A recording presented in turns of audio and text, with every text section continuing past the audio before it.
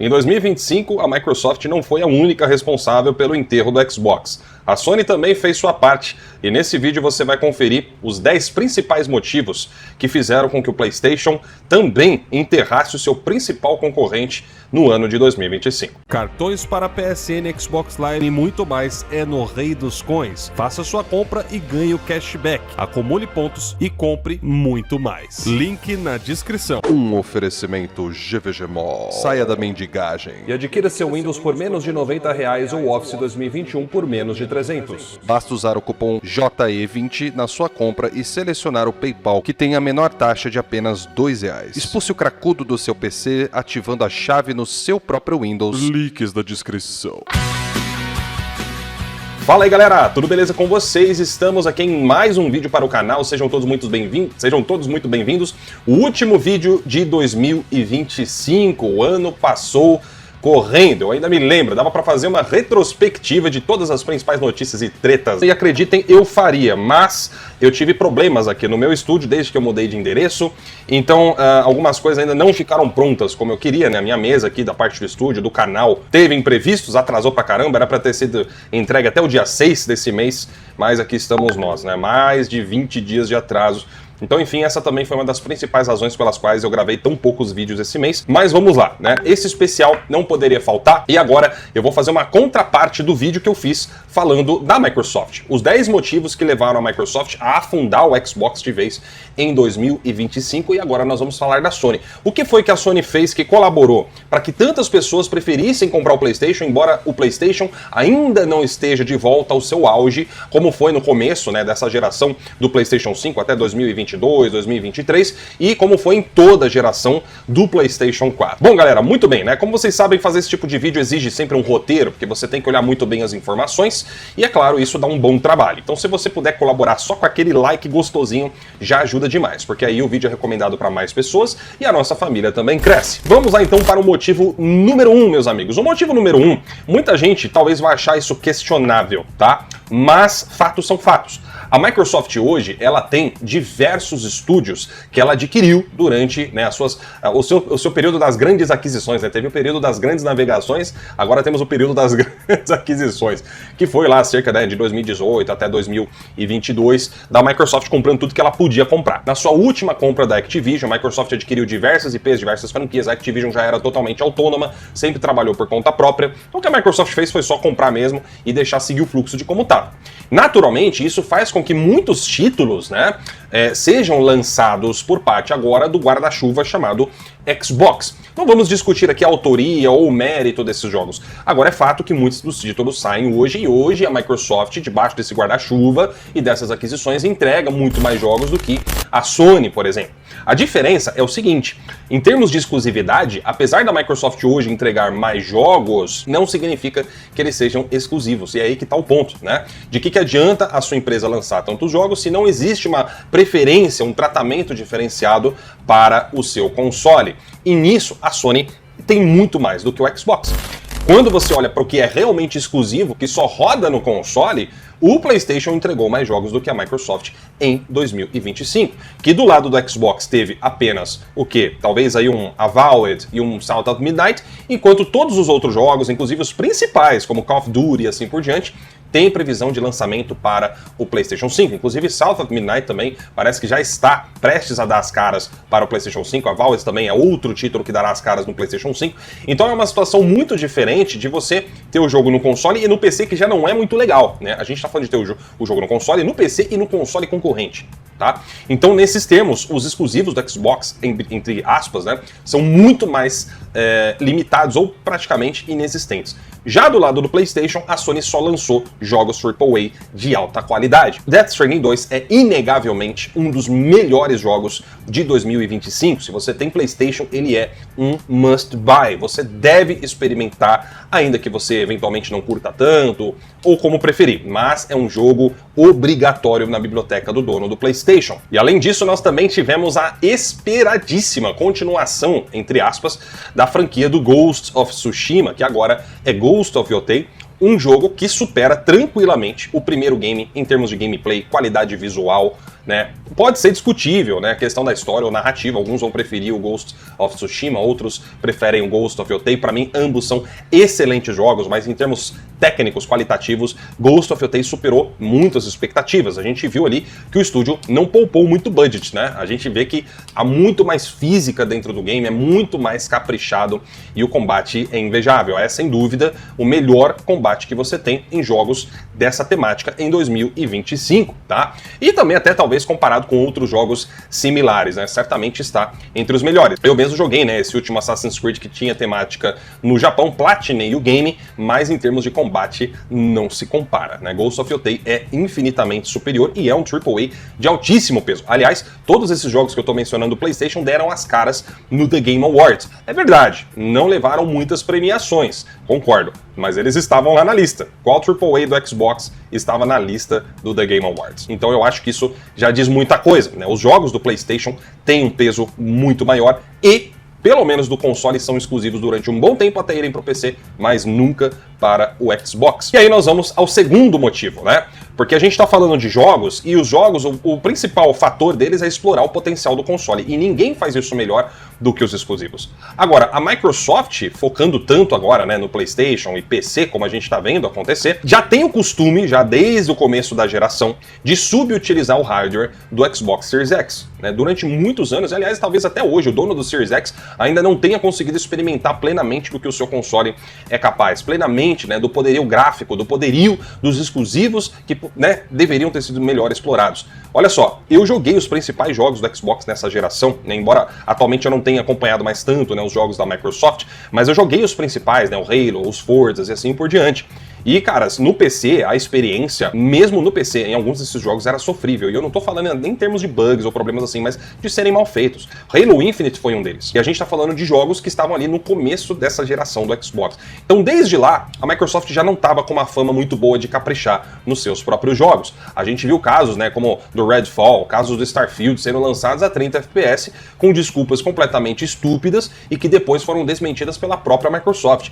Então, é mais uma questão de confiança e perspectiva do que, de fato, analisar números de teraflops. A Sony utilizou o hardware do PlayStation 5 muito melhor do que a Microsoft utilizou do Series X durante toda a geração até aqui. Os jogos do PlayStation realmente mostraram as funcionalidades. A Sony fez questão de implementar, né, as vantagens que o console dela trazia sobre a geração passada, sempre que pôde, mesmo com os jogos sendo cross-gen durante boa parte dessa geração. Nós vimos isso acontecendo em jogos como Ratchet & Clank, God of War, Horizon, o remake do The Last Part 1 e outros títulos foram lançados desde os mais simples até os mais complexos. Então o PlayStation 5 de fato mostrou muito mais a que veio em termos de hardware do que o próprio Xbox, que durante tanto tempo ficou esperando ferramentas e ferramentas para parar de apanhar do PlayStation 5 nas comparações técnicas.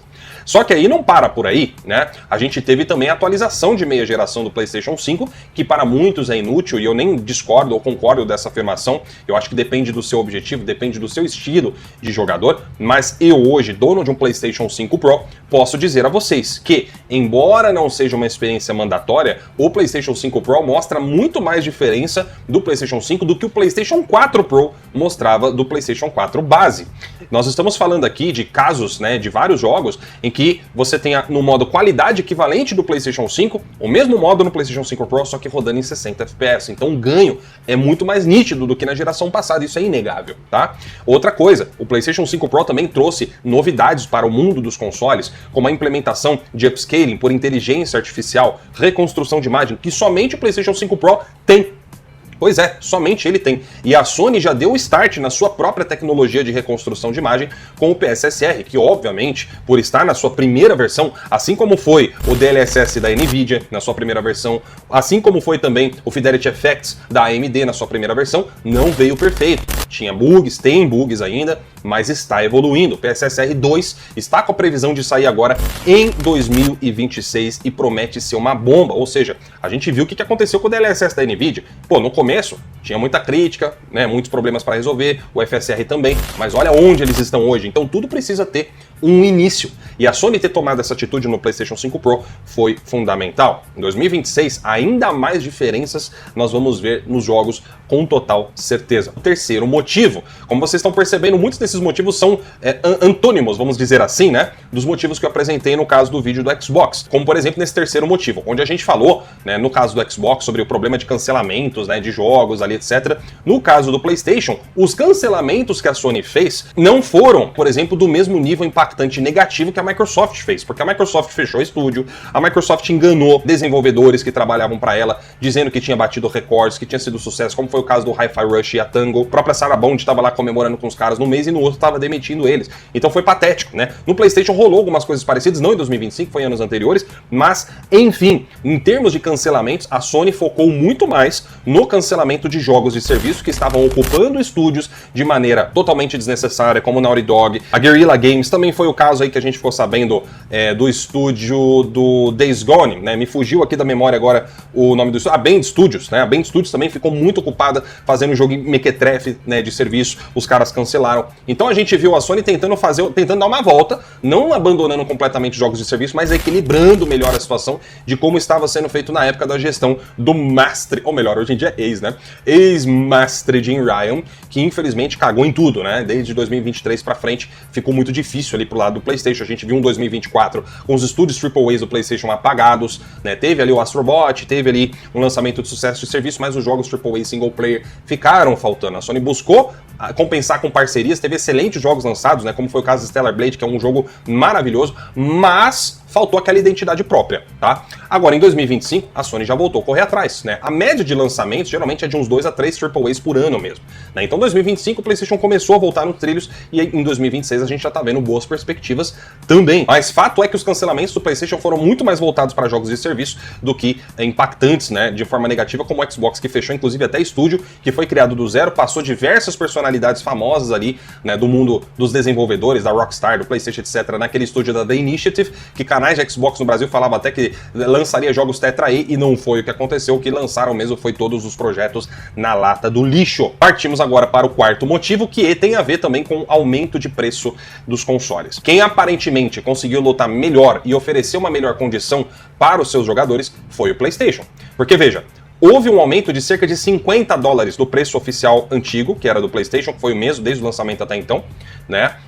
Mas o preço de aumento do PlayStation foi inferior ao do Xbox. Olha só, o PlayStation 5 na sua versão normal, né, com leitor de disco, etc., versus um Xbox Series X hoje, na precificação mundial, ficaria então entre $549, ou seja, $550, tá? Antes custava $499, beleza? Versus $599, arredondando $600. PlayStation 5 digital, agora fazendo uma comparação com o Series X versão só digital também. A versão do PlayStation 5 digital custa $499 versus $550 do Xbox digital, tá? Então, veja, mais uma grande vantagem pro lado do PlayStation. PlayStation 5 Pro, $749, tá? Já o Xbox Series X de 2 TB custa $729. Galera, a gente tá falando de uma diferença de apenas $20 no preço de um pro outro. E o PlayStation 5 Pro, nessa comparação, também tem 2 TB, só que as vantagens dele sobre o Xbox em termos de hardware são muito maiores. Então, como é que o público vai olhar para isso daí em escala mundial e ver o Xbox como um console atraente? Fala pra mim, não tem como. Então, no quinto motivo, a gente viu que a Sony, por exemplo, soube aproveitar muito melhor, né? As promoções que tiveram de Black Friday agora de final de ano, a Sony foi agressiva, baixou o preço temporariamente, né? Retornou ao que era o preço antigo do PlayStation 5 dos seus consoles, né? Pra galera fazer as compras de final de ano, na Black Friday, agora no Natal e etc. Então a Sony soube aproveitar muito, mas muito melhor o que a Microsoft não soube fazer. Tá? Nem a Microsoft e nem a Nintendo, diga-se de passagem, pelo que a gente ficou sabendo aí, trabalharam bem com questão de promoções. Somente a Sony ofereceu essa acessibilidade. E com isso nós vamos para o motivo 6. Nós estávamos falando de serviços, né, meus amigos? Mas agora não tem como evitar. Vamos falar de Plus. Querendo ou não, a PlayStation Plus, por mais que ela tenha, obviamente, seus defeitos, como todo serviço tem, ela só deu jogos de peso em 2025. Na grande média, a PlayStation Plus arrebentou, caras. Não tem comparação. Aí é lógico que muitos vão querer falar, mas no Game Pass teve lançamentos Day One, mas no Game Pass tem... Claro, o Game Pass tem as suas vantagens, tá? Agora, o Game Pass perdeu um dos seus principais argumentos quando foi dobrado o preço do serviço e agora somente na categoria mais cara de R$120 por mês é que você tem acesso a jogos Day One. E isso é um problema muito grande, porque a Microsoft agora ela promete que vão ter cerca de 70 a 75 lançamentos no Game Pass durante todo o ano para fazer valer isso daí. Mas a resposta é, será que vale? Vamos falar a verdade, desses 75 jogos que a Microsoft promete, se tiver 5 que realmente você vai hypar e querer jogar e vai ser um diferencial, é muito. Os outros 70 são encheção de linguiça, é indie que ninguém quer saber, é joguinho mequetrefe que ninguém quer saber. E outro fator também, o Game Pass não perdeu somente os jogos Day One nas outras categorias, o Game Pass também perdeu a adição de jogos mensais. E quando a gente fala da adição de jogos mensais, nós estamos falando de jogos que nunca saem da sua biblioteca depois que você os resgata. O Xbox tinha um serviço da Games with Gold que trazia 4 jogos mensais, embora já estivesse muito capenga já há anos, e a Sony continua com o seu programa de jogos mensais da Plus Essential, que não existe mais do lado do Xbox. Então são 4 jogos todo mês, e desses jogos, na grande maioria das vezes, são no mínimo 2 jogos AAAs de alta relevância. A gente não tá falando aqui de joguinho boqueta como eram os jogos da Games with Gold, né, nos últimos anos, e nem como era na Plus, lá na época do começo do PlayStation 4 também, tá? Então nesse ponto a Sony tá dando um show em questão de serviço. Tem sim coisas a melhorar, mas é fato que hoje, pela metade do preço que você paga no Game Pass anual, você paga a PlayStation Plus sem promoção nenhuma, tá? Sem promoção nenhuma. Mas se for para contabilizar a promoção, a Plus também tem desconto de 30% a 50% todos os anos nessas datas, né, festivas em que você paga o anual muito mais barato. A PlayStation Plus, no seu plano mais caro, oferece muito mais jogos do que o Game Pass, mesmo na categoria mais cara do serviço da Microsoft. Então, meus amigos, não é de se admirar que o Game Pass tenha estagnado entre as suas 35 ou 40 milhões de assinaturas, muito provavelmente ainda está em 35, 37, no melhor dos cenários.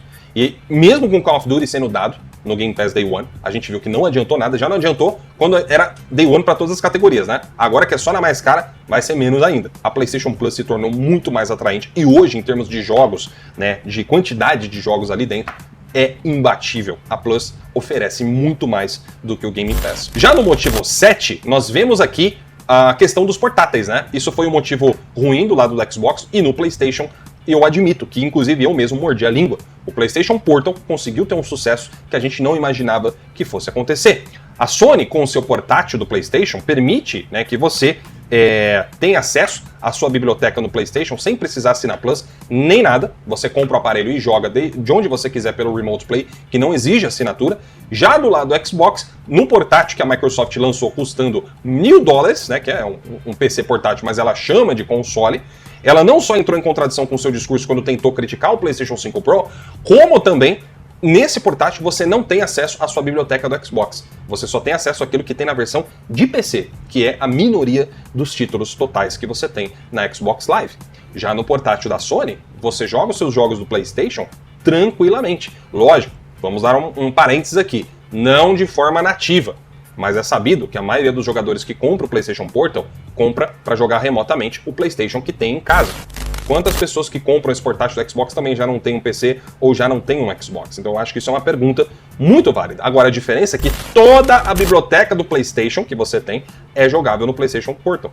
Então isso é um grande diferencial. Aliás, o PlayStation Portal recebeu uma atualização recentemente que permite que você jogue os jogos através de streaming no aparelho. Não sei se no Brasil isso está funcionando, mas falando em escala mundial, isso torna mais atraente do que o dispositivo da Microsoft com preço superfaturado. E embora tenha sido um marketing mais negativo no começo, porque todo mundo se questionava para que um PlayStation 5 Portal se eu posso usar o celular para fazer o Remote Play, né? A gente viu que parece que caiu bastante até no gosto da galera, porque é mais confortável, né? Então, enfim, o marketing negativo pelo portal do Xbox foi muito mais negativo para o Xbox do que o Portal foi para o PlayStation. Já nisso, nós vamos agora para os últimos motivos, sendo agora o antepenúltimo, o 8º motivo, que é a valorização da exclusividade no PlayStation. Galera, não adianta querer chorar, não adianta querer discutir, exclusivos importam e mais do que muitos aí gostariam que importasse.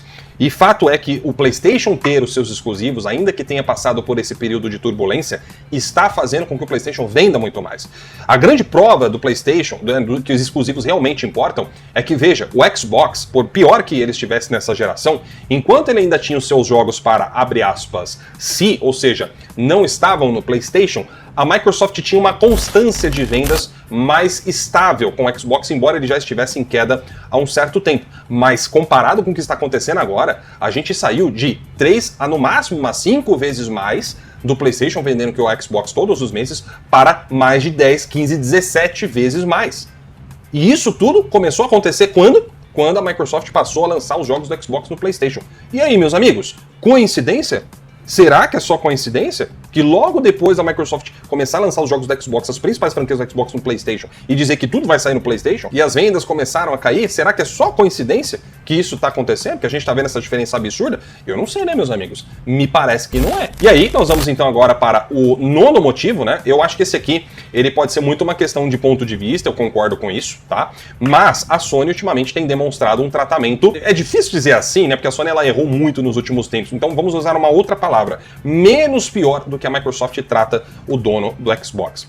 Galera, eu sei, né? Tudo que eu tô falando aqui pode ser discutível, muita gente vai ter uma opinião X, outra pessoa vai ter uma opinião Y, e é normal, faz parte do debate, nenhum de nós aqui é dono da razão, beleza? Mas vamos lá, olha só, a Microsoft tirou do dono do Xbox os jogos mensais, tá? Que você podia colocar na sua biblioteca e nunca mais perder. Tirou o Day One das categorias inferiores do Game Pass, que é onde o preço, estão os preços que a galera assinava antes, né? Ou seja, os preços que ainda eram acessíveis.